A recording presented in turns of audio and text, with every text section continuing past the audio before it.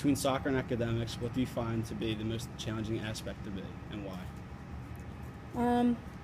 I think that the most challenging aspect is balancing out the two.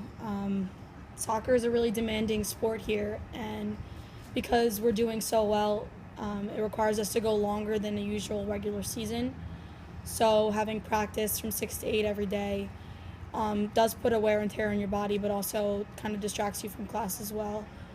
Um, Being a part of a team is probably the best thing that you could possibly do on campus because it allows you to feel welcomed, and also it helps with classes as well.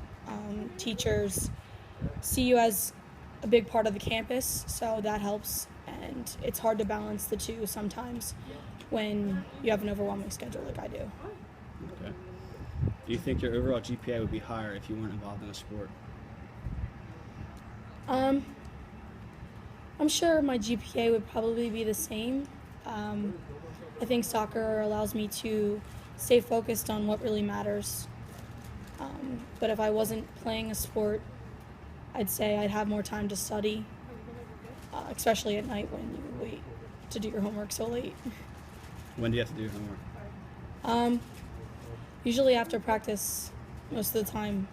6 to 8 is a really bad time because you usually miss dinner. So you either eat dinner really early or you eat dinner really late, and then after you either do your homework or you wing it in the morning. But we also have study hall on Sundays right after practice. So it starts at 8:30. You stay in study hall till 10 o'clock. Having a required study hall is pretty nice, though, because it makes you do your work. Okay.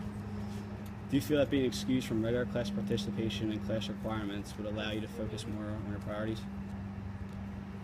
I think it would allow me to focus on my priorities. Obviously, academics is a number one priority here. You go to college to get an education. It's not all about sports, but being allowed to be excused from certain things can also help me probably in the long run. I'd say the more you have away games, the more work you miss. So when you're traveling to, say, Minnesota in the NCAA finals, you're kind of missing a lot of school, but it allows me to focus on my priorities, and soccer is also a priority of mine. So, All right. yeah. Thank you, Nikki. Yep.